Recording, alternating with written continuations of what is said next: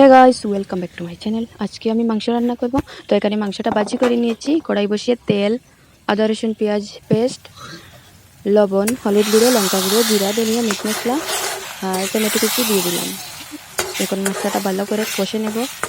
তো কষা হয়ে গেছে, একটু জল দিয়ে দিলাম।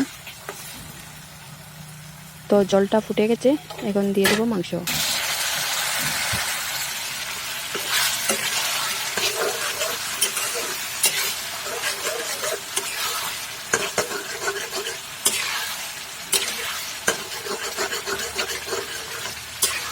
এখন মশলার সঙ্গে মাংসটা ভালো করে কষে নিচ্ছি। কষা হয়ে গেছে, দিয়ে দিলাম জল।